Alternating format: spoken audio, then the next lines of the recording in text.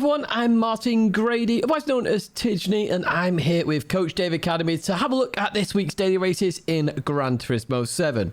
We'll go through a detailed lap guide as well as look at some Delta data to see where you can improve and where my strengths and weaknesses are to see where I can improve as well, and hopefully that will help you get up the leaderboard.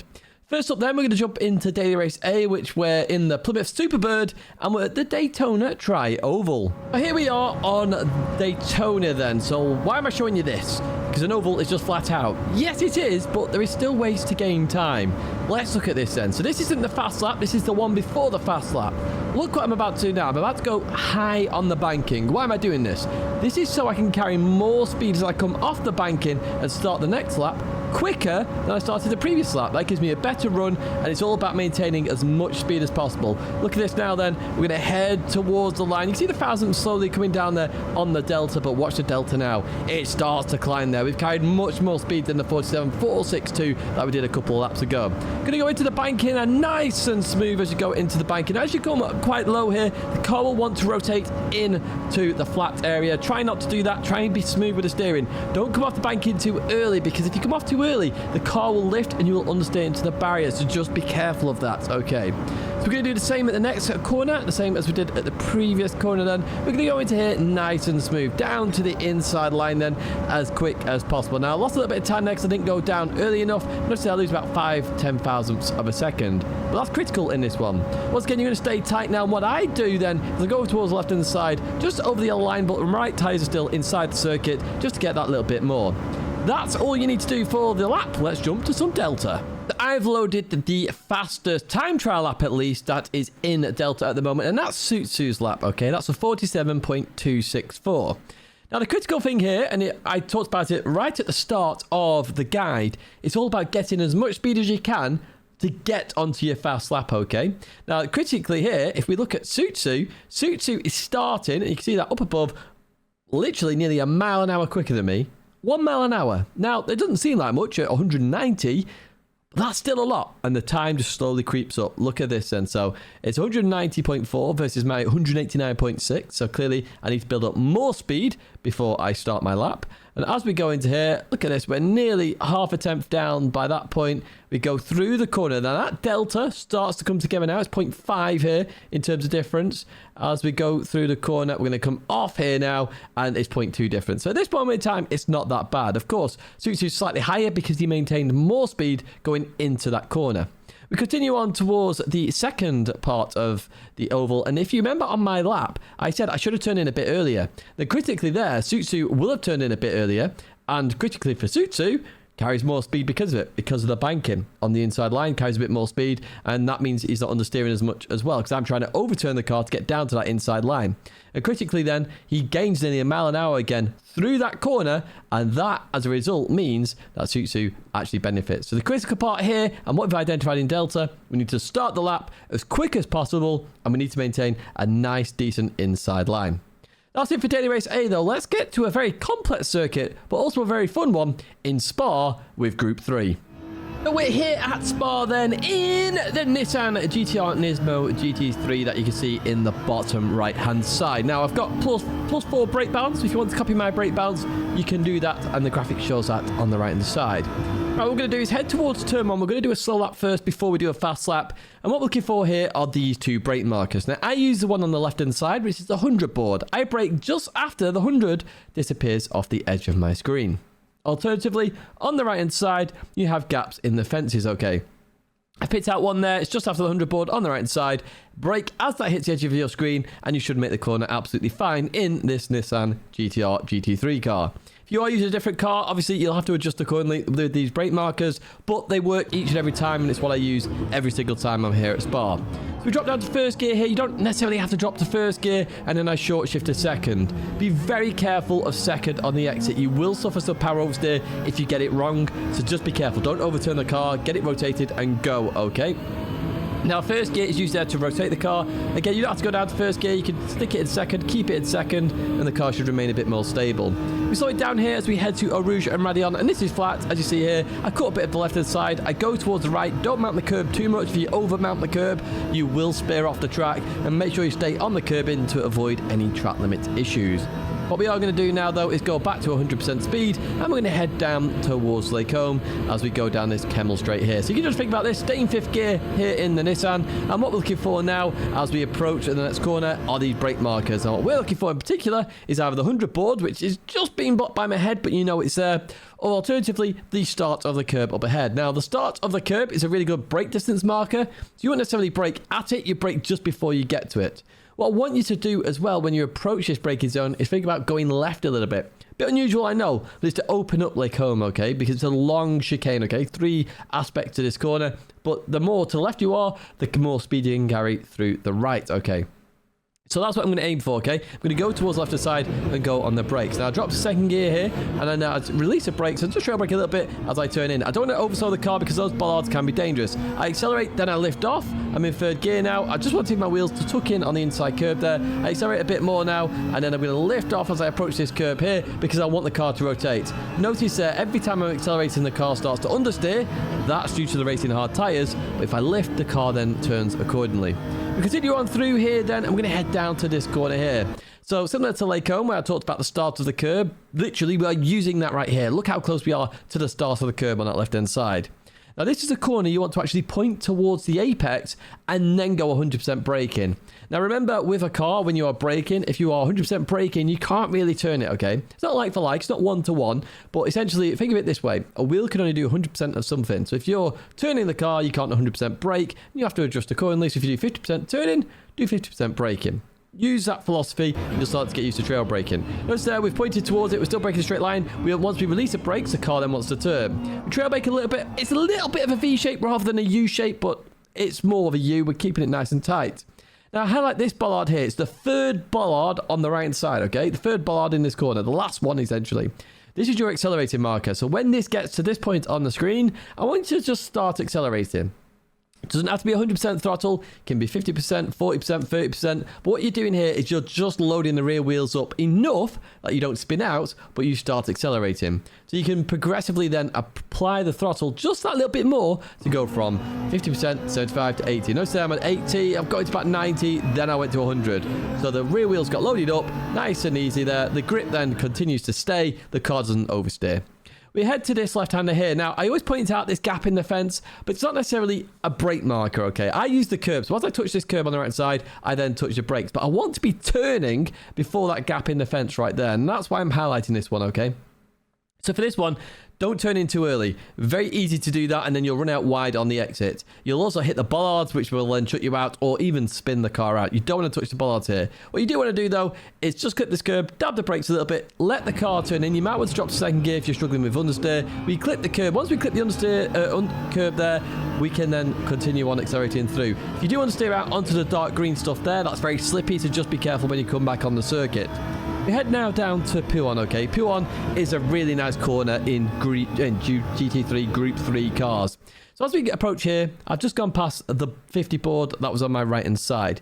I don't really use that one, but I just point it out there, it does exist. What I do use is on the left-hand side. We have the Armco going from dark grey to light grey. We have the Marshalls there that I've highlighted as well. We also have a catch fence there. So there's a lot of brake markers in one place. So really obvious brake markers. Now I want you to just hit the brakes hard initially and then start to trail brake in towards the first apex, okay? It's a 2 apex corner. I want you to clip the curb. If you clip the curb, you're doing this right. If you don't clip the curb, you're doing it wrong. So as I come in here, notice I start trail braking, just slowing the car down a little bit. I clip the curb. I can then start accelerating, okay? I was a bit delayed on throttle, but now I can do it. Notice there the car will now grip and come back. If I run remotely wide, the car is going to understeer away from me, and I don't want that, okay? So I clipped the curb, I went out a little bit, came back, double apex corner, just keep that in mind. We continue now towards this big chicane, as well I like to call it, to be honest with you. So we have the gantry at the top. As that hits the top of my screen, I'm going to hit the brakes here on racing hard tyres. Now, I'm pointing out the 50 and the start of the curb up ahead because that is a brake marker I use when I have slightly grippier tyres, but you might want to continue using that. So use that as a distance marker, okay? You have a brake at it. In some cars, more than likely you're braking before it. As I say, I use the gantry as it hits the top of my screen as a brake marker for this right-hander. So as I come into this corner, I want to take a wide line through this, okay? I do not want to take an early line because that'll slow me down. Notice how far left I stay out. I then trail brake all the way in here, drop to second gear. I'm trying to clip the curb. Once I clip the curb, I short shift to third gear and then accelerate a little bit through there. Notice about 80% throttle. I'm going to lift off this left-hander, let the car do its own thing. Once I clip the curb, I can then start accelerating. Be careful on the exit here. That is all very slippy, that dark green stuff on the right side. We continue back towards the left-hand side, and we have these red and yellow portions on the barrier, okay? Now, I'm picking one out here before the start of the curb up ahead, so it's red to yellow.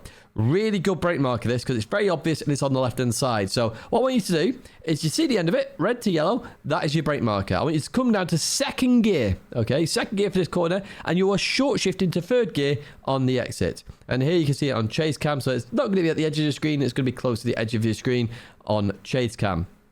So that's what we're going to do here now then. We'll drop to second gear as we get the rotation we need. We trail brake a little bit, let the car rotate. I was carrying a bit too much speed, so I had to apply a secondary portion of braking, which is not the quickest way to do it. We go to third gear and we continue on out. Do not run wide on this corner. Very dangerous to run wide. Now I'm highlighting the start of the curb on the right hand side. Why am I highlighting it? This is your turning marker, okay? So when that hits the edge of your screen, turn in. Most cars could do this flat. I say most, some will understeer a little bit, and if they understeer, just a tiny lift is all you need, okay? You can do that even mid-corner, and you'll be absolutely fine. The critical part here is you want to clip the curb, not mount the curb on the inside. And if you mount the curb, you're going to hit the bollard and it'll spin you out, okay? You want to just clip it, it'll grip you around a little bit, and then you can fly through the corner. We're up to fourth gear there. Notice there we clip it. There's that bollard that you want to avoid. We continue on out. Be careful about running wide. That's all very slippy there on that left-hand side.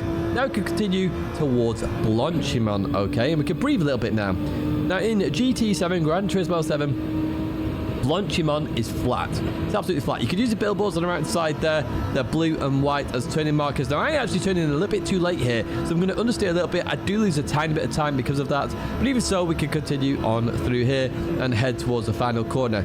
Now, I do the bus stop chicane slightly wrong here. I brake a tiny bit too late, and you are going to see that here. However, what I'm using is on the right-hand side. Now, I should be braking right now, and I'm not. And the reason for that is you brake halfway into the billboard on the right-hand side. So I'm only showing you half of it. Now, if you're in a car that struggles off braking, the start of the billboard is absolutely fine, but halfway. Now, I'm braking a tiny bit too late, as I say. Now, I want you to brake in a straight line towards the outside curb, okay? Now, it feels a bit weird, this, because you feel like you're going to run wide, but trust me, it's absolutely fine. You're going to go down to first gear for this one. First gear, and the reason for that is you want the rotation in the first part. So watch what I do here. Heading towards that left-hand side, we're down to second gear, down to first gear. We'll start to release it now and want to mount the first curb here. Now, because I've gone a little bit too deep, I'm not mounted as much as I wanted to. I lift off this second part, I go to second gear, and then I accelerate out the corner. Once again, be careful on the exits of power oversteer if you are using second gear. We're going to head towards the line now then, and this is a 218.5, and what we're going to do actually is go into the fast lap of that very same lap. So here we go, head towards turn 1. Look for that 100 board there, and we hit the brakes. Drop to first gear, get the rotation, then short shift to second gear. Be careful on exits of any power oversteer. Continue on out of there. The car is revving absolutely fine, so we didn't get too much power oversteer there. Rouge ready on, absolutely flat. Cut the corner there and clip the curb on the right hand side. Cut the left, but stay on the curbing throughout that whole section, and you will not get a track limit penalty. Into they come then. 100 board there is my brake marker. Drop to second gear. Watch out for the bars on the right side. Accelerate a little bit, then lift off. Get your tyres on the inside. Accelerate a bit more. Turn into this one. Lift off. Let the car rotate. Clip the curb and continue on out. Be careful on the outside there as well. Head down towards the right hander here. We're looking for start the curb. There it is. Hit the brakes. Turn towards the corner as you brake. Start to release the brakes. Third bollard on the right. There it is. Start to accelerate. 80%, 90% throttle, 100% throttle. Off we go. Over towards the right hand side. Clip the curb. Dab the brakes. Chuck it in. Let the car roll through there. Once you clip the curb, start to accelerate. Head down towards Pouon now. Remember, Pouon is just after the board on the right hand side. However, we're looking for the marshals on the left hand side. There they are. As we trail brake in, we clip the curb. We can now start accelerating. Continue on through. If you're struggling on Pouon, by the way, drop to third gear. It will give you a bit more rotation. It is a bit slower though. Looking for the gantry at the top of the screen. There it is. Hit the brakes. Wider line here. Second gear. Trail brake all the way towards the curb. Third gear. Accelerate through. Lift off a lot here. Let the car clip the curb. There we go. Continue on through. Be careful of the slippy stuff on the outside. Red and yellow barrier. There it is. Hit the brakes. Drop to second gear and clip the curb. curb, third gear, and continue on. Start the curb on the right side. That's what we're looking for. Turn in up to fourth gear. Click the curb, don't mount it, and continue on through. And breathe as we head towards Blanchimont now. A lot to take in there on the lap. That sector 2 is so critical. You can gain and lose so much time in that, and we will have a look at that in Delta, of course, in just a second, especially at the chicane as well. That is coming up. So Blanchimont, flat out, nice and easy. Remember, I broke a little bit too late here for the bus stop chicane. The billboard on the right side, where is it? There it is. Halfway into that, I'm hitting the brake. So I dropped first gear. I want to mount the first part here. Don't mount it as much as I do. Accelerate, lift off a little bit, dab the brake, second gear, continue on through, head towards the line, stay towards the right hand side. The shortest distance to the line, that's 2:18.5. And we'll have a look how much I lost there in Delta, and let's jump to that now.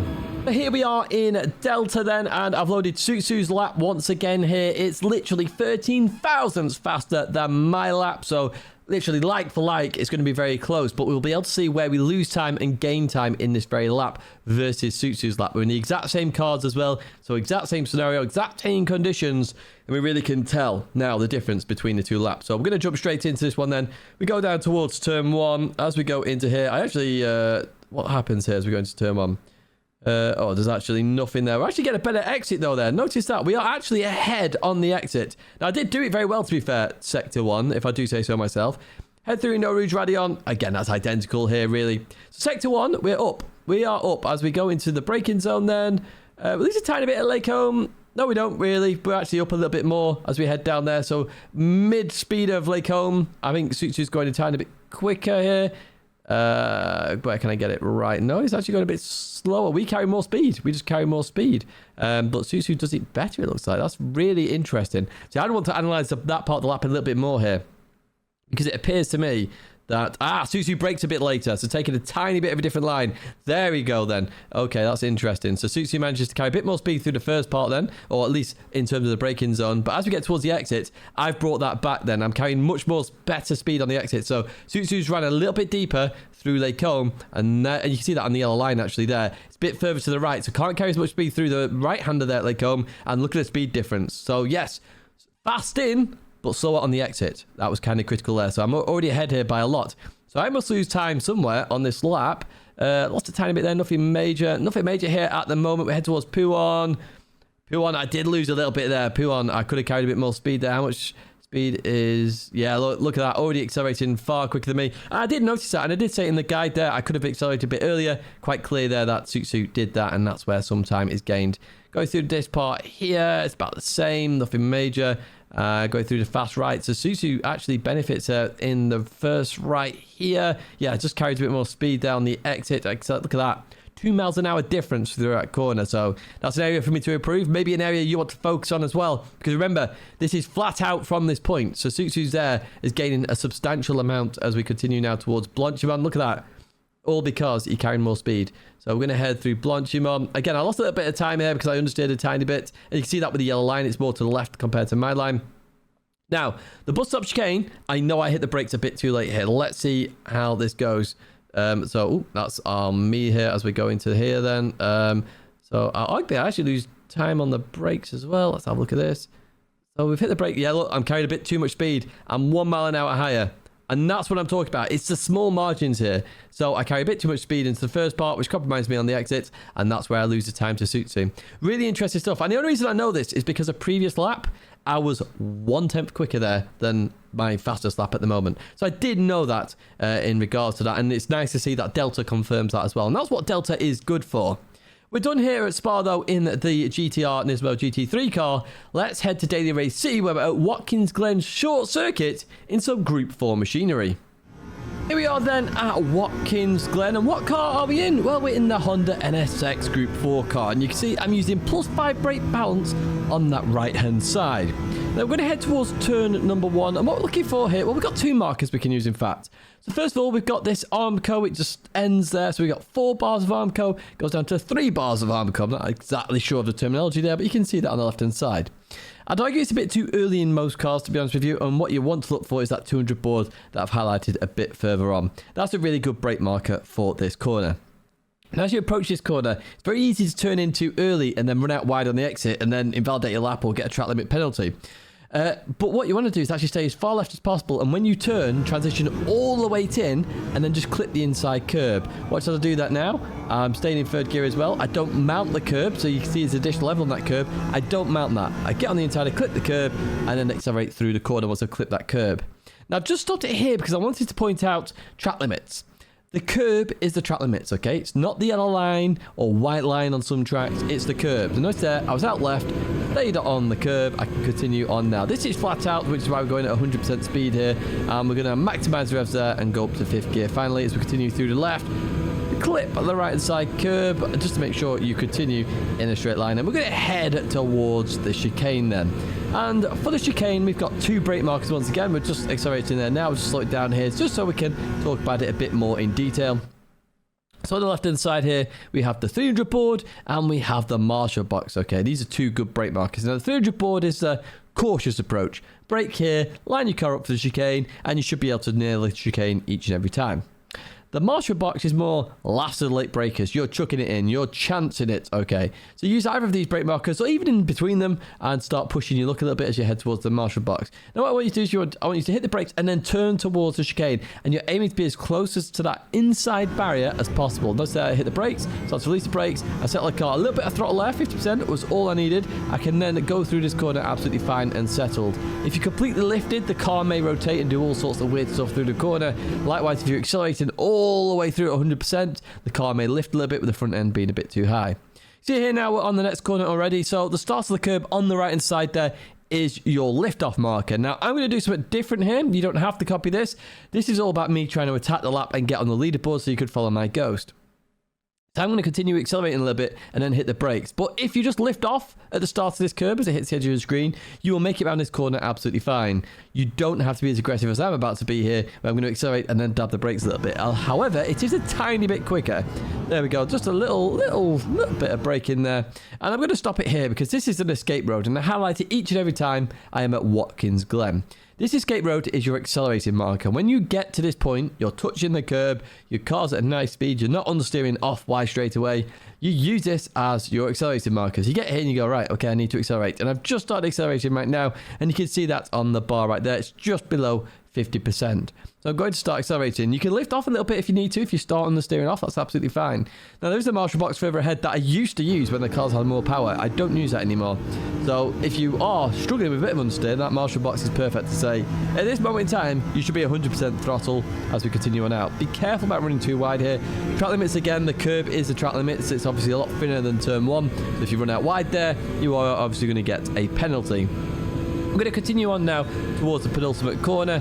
Slow it down here again. I'm highlighting 2 brake markers, and essentially they're the exact same thing. They're the 200 boards. You got the one on the left, so it's literally just as it hits the edge of your screen, or the one on the right just before it gets to the edge of your screen. Your choice here in what you use. Now what I want you to do here is dab the brakes and shut the car in, okay? You really need to make sure you clip the curb on the inside. If you don't do that, your car's going to understeer out, and potentially you're going to run out too wide and then invalidate your lap. And you don't really want to do that, do you? You're trying to get a fast lap.